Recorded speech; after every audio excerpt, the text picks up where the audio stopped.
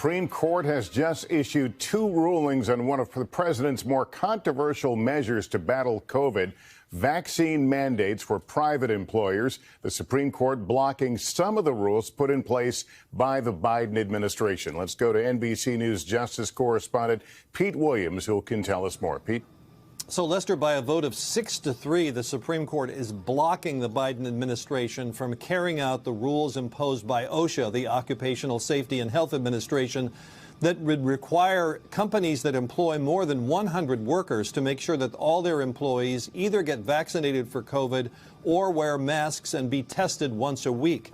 The court said the law that allows OSHA to do what it does empowers it to set workplace safety standards, but not broad public health measures. The government simply didn't have the authority to do this, the court said, so it's putting it on hold while the case is going to play out in the lower courts on the broader question of the government's authority here. But in a separate ruling, by a vote of 5-4, the Supreme Court has said the Biden administration can enforce the separate rule that applies to about 10,000 health care workers, or 20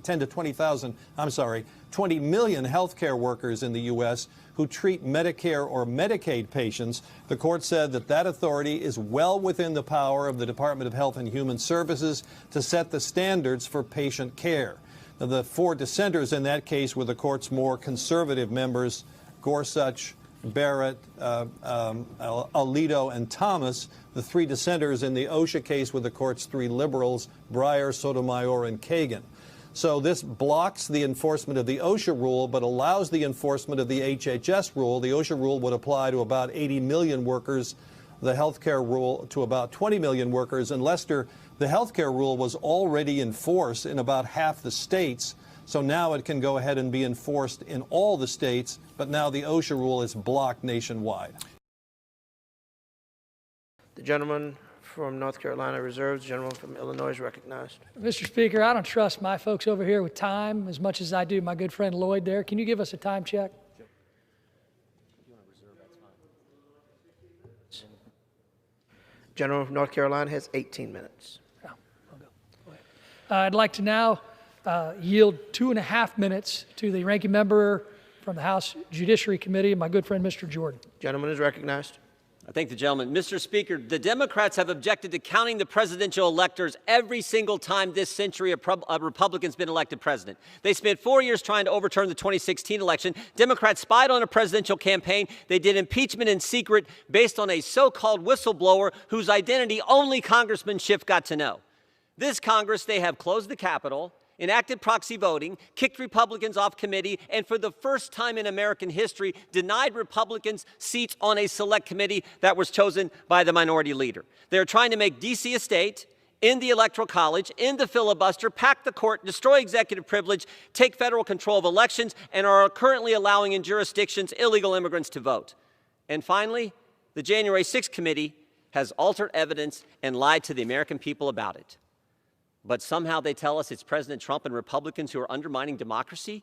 Give me a break. Undermining democracy because we actually think you should show a photo ID when you go to vote?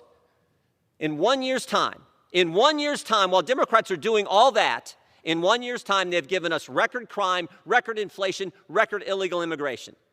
And as bad as all that is, it's not the worst. The worst is how they've used the virus to attack our freedoms, how they've used the virus to attack our First Amendment rights. And here's the irony. They used the virus to attack our liberties, even though everything they have told us about the virus has been wrong. They told us it didn't come from a lab. They told us it wasn't gain-of-function research. They told us it was only 15 days to slow the spread. They told us masks work. They told us we have a federal plan. Joe Biden said that himself. They told us there would never be a vaccine mandate. They told us people who get vaccinated can't get the virus. The vaccinated can't transmit the virus. And they told us there was no such thing as natural immunity. Think about this. Think about this. At the same time, Democrats require you to put on a mask, show your papers, and an ID to get a Big Mac at McDonald's.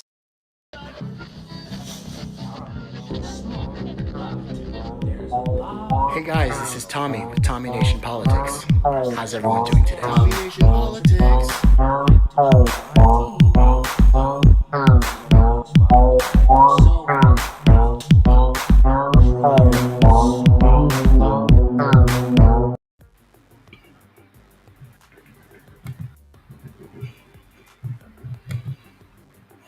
What's up, guys? This is Tommy with Nation Politics.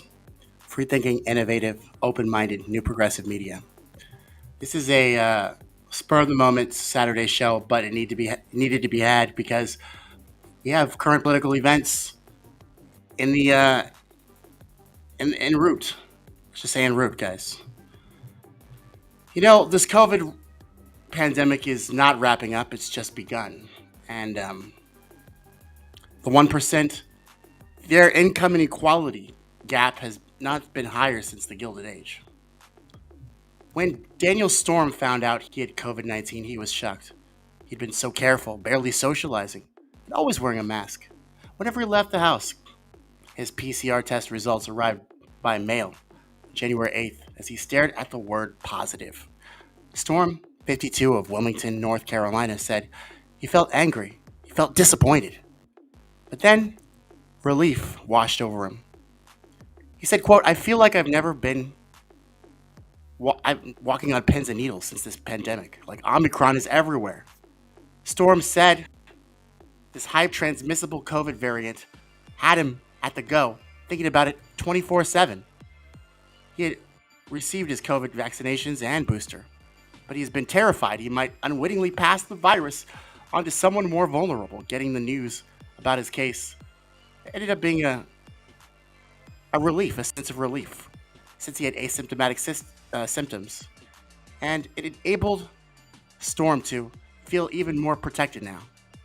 As the pandemic enters its third year, some with recent COVID diagnoses are finding that contracting the illness they worked so hard to dodge for so long has bought them an unexpected reprieve from anxiety instead of compounding it further.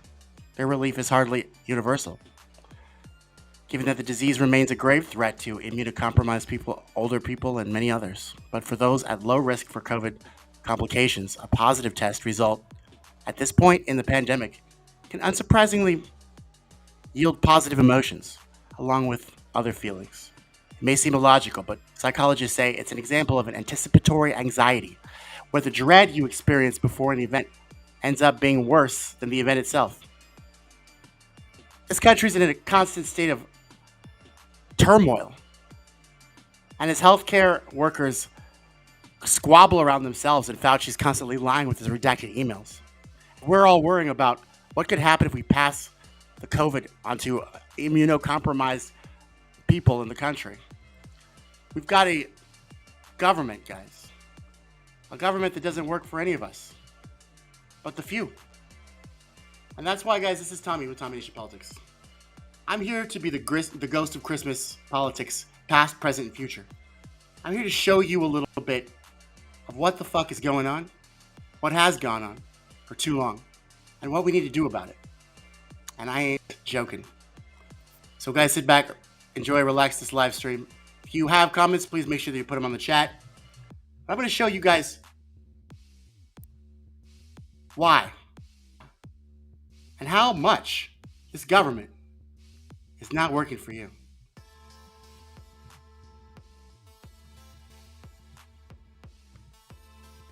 Guys, this is Tommy with Tommy Nation Politics. How's everyone doing today? It appears like Bernie Sanders is finally fed with Joe Biden and snapped.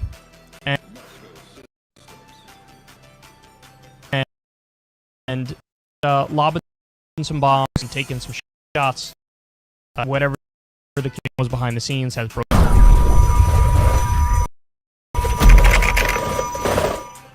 I would argue the Biden economy is working and is getting America back to work, back on its feet. But the record does stop there.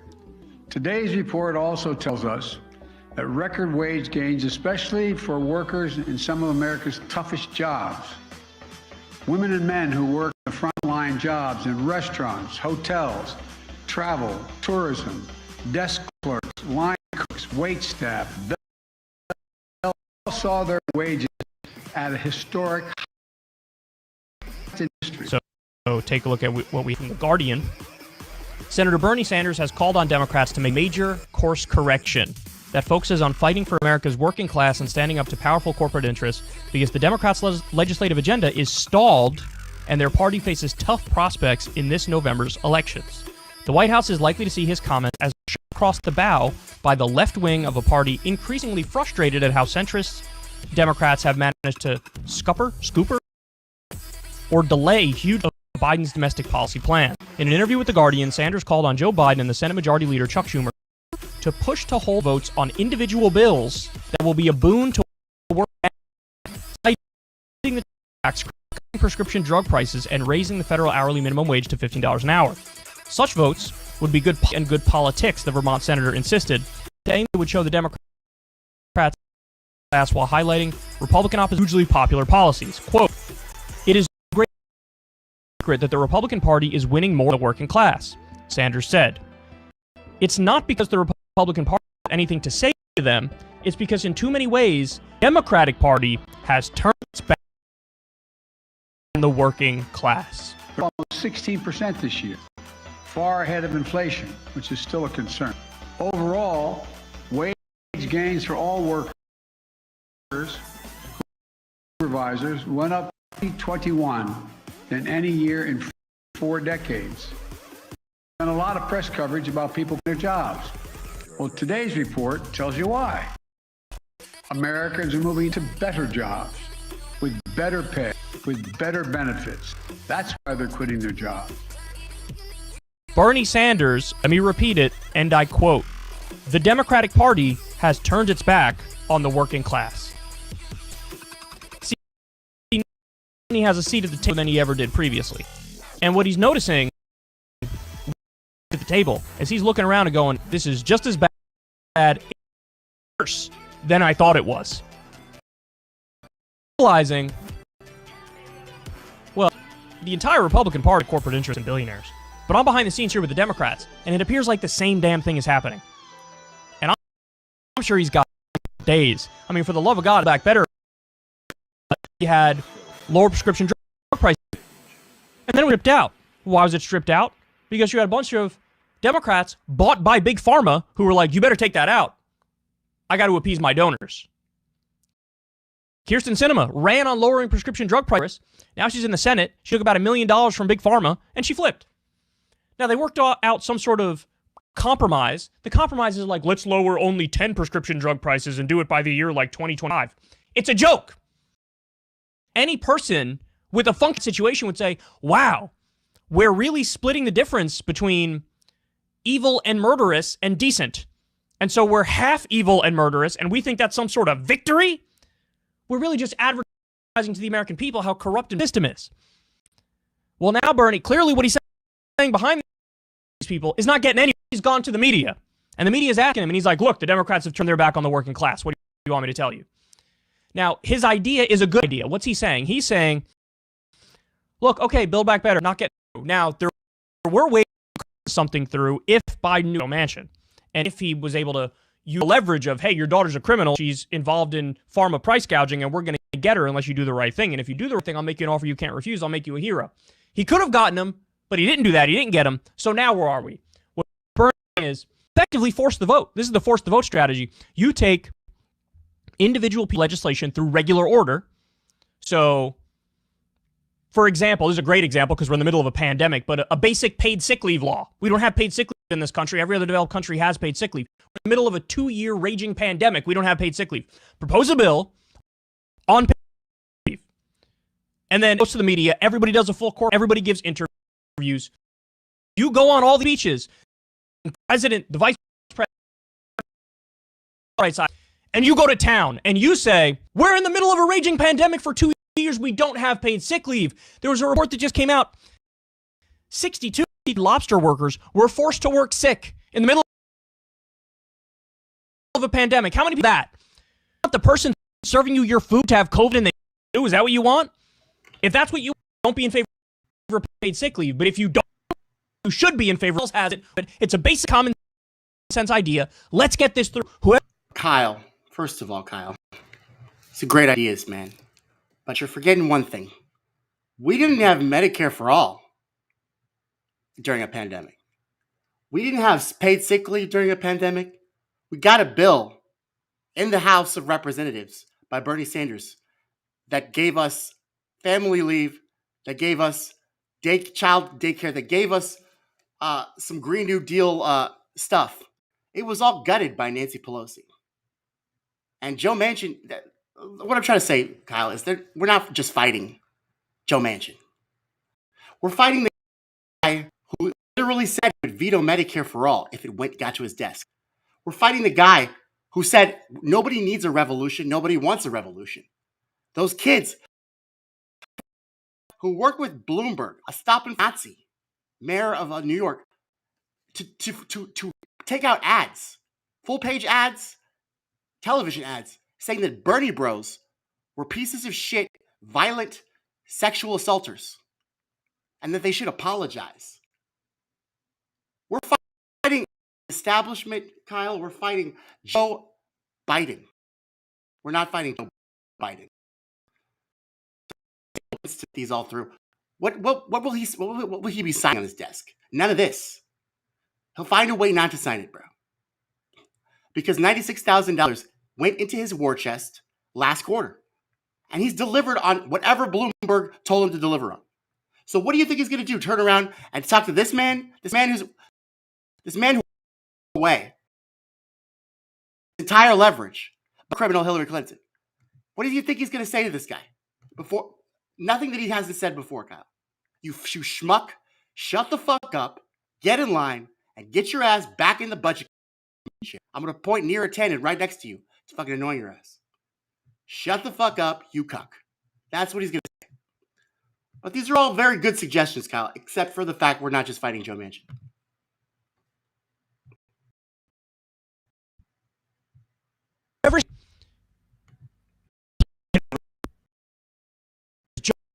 Kirsten, I don't care. Mark Warner. What if it's Joe Biden? I don't care if it's the. You do a mess. You twist arms. And even if you go down fighting and you let everybody know who's on your side and who's not on your side. And my guess is at the end of the day, maybe you'll bully everybody enough so that Joe Manchin would go forward. Maybe you pick off like Josh Hawley and Romney. And look, you wouldn't get to 60 votes. You very likely wouldn't get to 60 votes. But it would be very clear who's fighting for working people and who's not. And then when you go into the election, you say, listen, I don't know what you want me to tell you. We did everything we could to get this through. And we couldn't get it through. That means you need to get more of us there. We did all we could do, guys. Hey guys, this is Tommy with Tommy Nation Politics. How's everyone Sure, doing? Tommy. Hope everyone's good.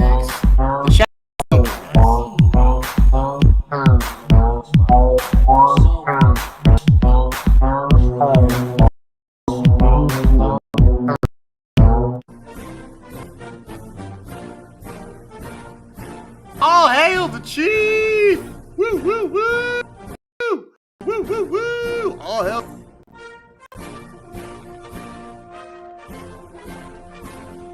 Hey, I don't see any they were holding hands. They look completely in sync, guys.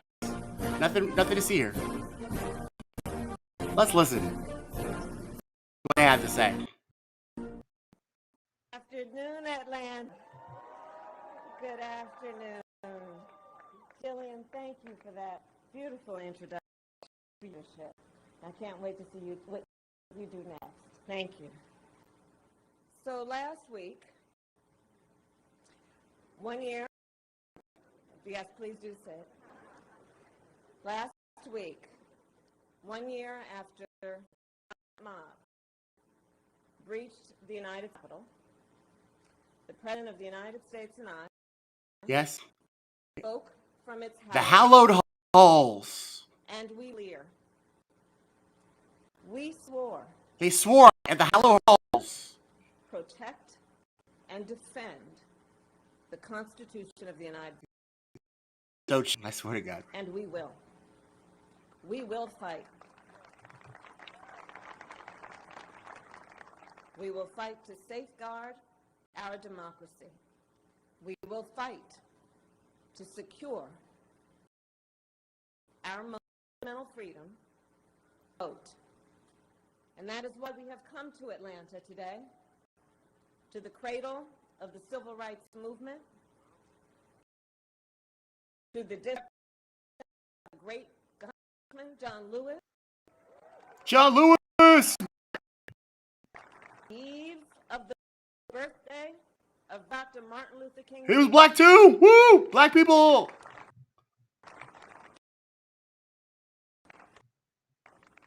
The blacks and they voted because they're fighting to vote. You didn't give a shit. You didn't give a shit. And did I wrap that up? From Politico, guys. More than 6 months ago, Vice President Kamala Harris embraced a new mission. You know, her mission after the border crisis. It was to, let's just say it was to lead the administration's push for federal voting rights legislation. Well, it was a chance to make her mark on a hugely important issue. And it took on added importance as her tenure turned bumpy over the summer. She dove into it, though. She, for months, helped craft political coalitions with her civil rights leader friends and built outside pressure on Congress and engaged privately within the lawmaking structure. She met with black leaders. She invoked Martin Luther King's Black Birthday. She helped create a list of actions that federal agencies could take to promote voter engagement, and more recently, added a large media profile with a high clip of national interviews. She spoke at the anniversary event for the January 6th insurrection alongside Joe Biden, as you can see, guys, accompanied with him. And they were in Atlanta, guys, making a public plea to pass new voting protections. Now, of course, while this is all going on, we have, of course, the Biden mandates. They're stuck in the Supreme Court at this moment, killing their civil liberties. So apparently the only thing that they care about as far as rights is our voting rights. Because do they care about our liberty? Do they care about our happiness? Do they care about our personal autonomy? Not really. It's our voting rights that really matter, guys. Our voting rights. So just remember that as you hear the speech, guys. I'm going to turn it back to you, Kamala. I'm sorry to interrupt, Vice President. You're the Vice President. I'm not Charlemagne.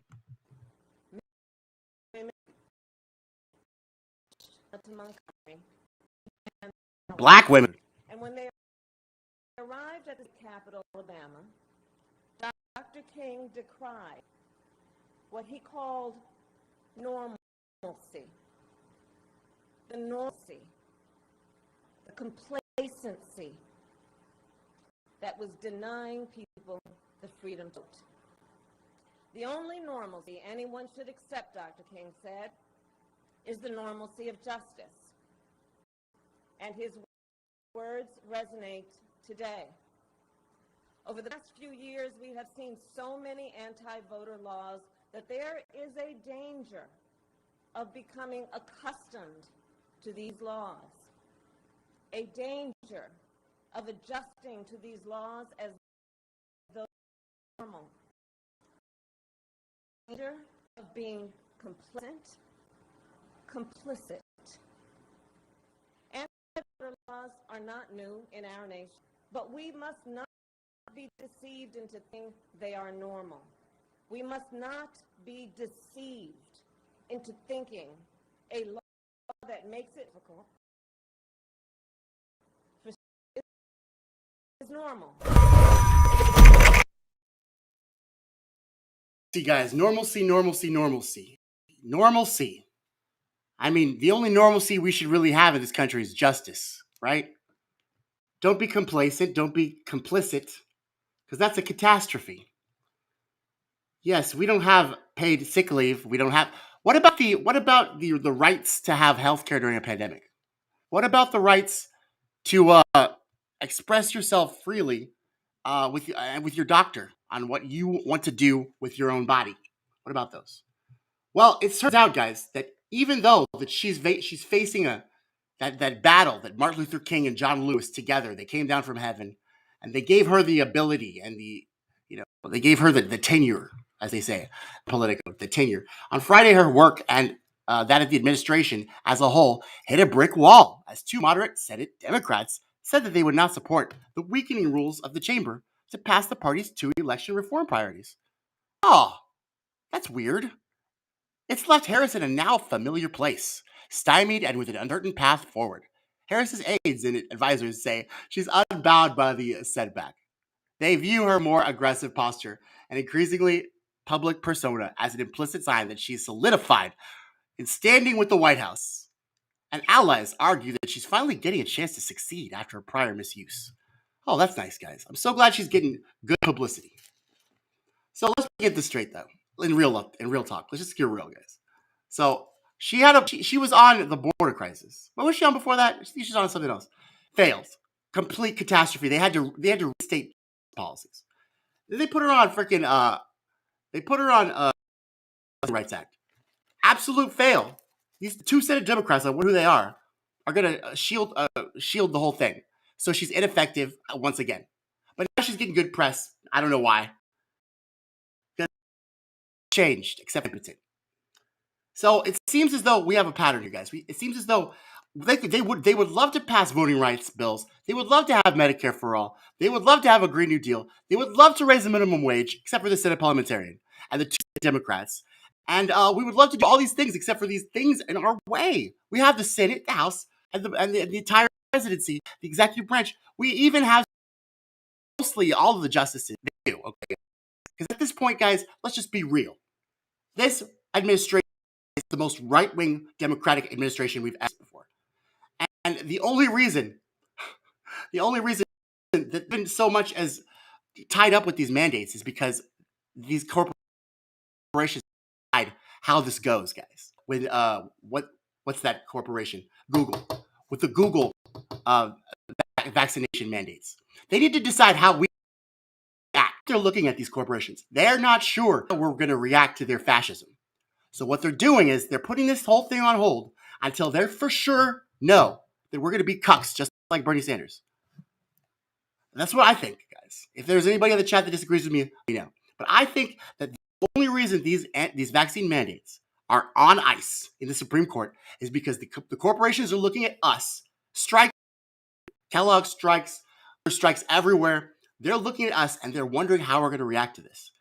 And so far, we've been very, very audible in our disagreement with their curtailing of our civil liberties. So it's just that at that point, they would love to just have a sweeping motion of fascism our way. But all that's standing in their way is our attitudes and the strikings going on. The Democrats would love to pull that. And that's why, guys, also, I will have to mention this, that the Federal Bureau of Investigation has joined forces with the Democratic Party once more to start tracking down domestic terrorists. The Domestic Terrorist Agency and the FBI has expanded to be more than Homeland Security's agency. They're even bigger. They have an even bigger scope, guys. The domestic terrorists. So to them, we're all domestic terrorists, and we need to be curtailed. Except, we can vote though. We can vote. Healthcare, no. A living wage, no. New Deal, no. Minimum wage, no. But we can vote. It's just these two Democrats. So that's where we're at. Let's see what else Kamala has to say. It just thank you.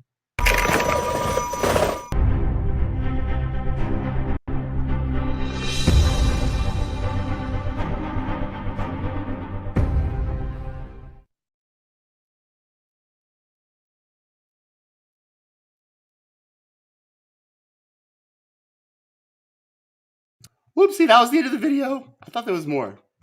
Oh, wow. That was a really short speech, guys. But long story short, we're not going to do anything for you. I have a video, guys. I wanted to show you I want to remind you guys what exactly happened during the primaries with Bernie Sanders. Let's see a couple of this. Do one more video. Because you guys, this whole corporate infrastructure thing came from Reagan. And this is neoliberalism. This is what we've been. This is what we're doing through voting for Joe Biden and Hillary Clinton. I'm going to type in Bloomberg versus Bernie. Let's see what comes up there. Yes. All right, cool. Hold on real quick, guys. Stay cool.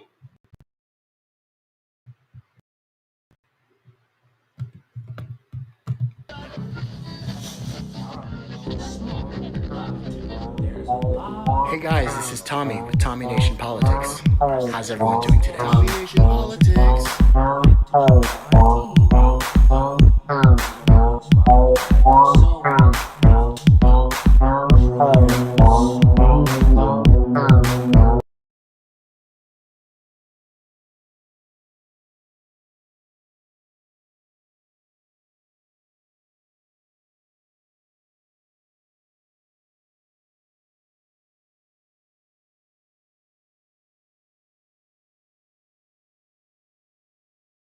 It would be the last thing. Thankfully, Voya provides comprehensive solutions and shows me how to get the most. Voya helps me feel God like damn I you, got it all. commercials. Well planned, well invested, well protected. Is also taking on Sanders. Y'all remember this? Supporters. Morning Joe This has was this fucking funny. first look at a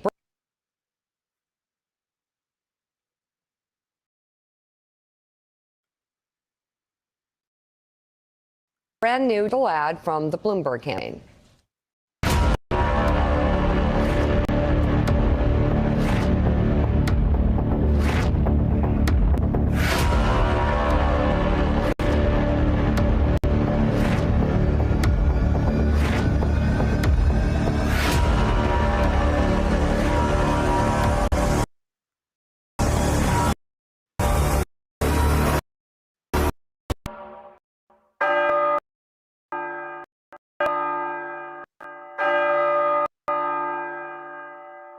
It is vitally important for those of us who hold different views to be able to engage.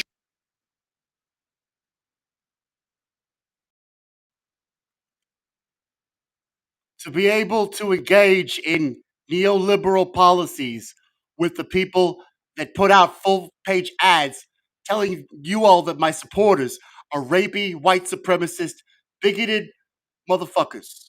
That is the way that we could get all of our progressive policies, is if we only just take Hillary Clinton, who understands that we are Medicare for all is never, never coming to pass. If we just vote for them, all our progressive policies will come true. Is And, also taking on Sanders for the online behavior of his supporters. Aren't you guys decided that this was the best pathway? This was the best pathway, guys. It is vitally important for those of us who hold different views to be able to engage in a civil discourse. Oh, really? Jonathan, what do you think? Well, that was pretty harsh. I mean, we've certainly seen the Mayor Bloomberg train his. Even the media said it was harsh, bro. And guess what? We endorsed him. Well, we didn't endorse him. We endorsed his puppet. Because we thought that that was going to be the best path to get us to Medicare for all. I don't know, guys. I don't really have a good ending. I'm just wondering why you don't realize that they don't work for you.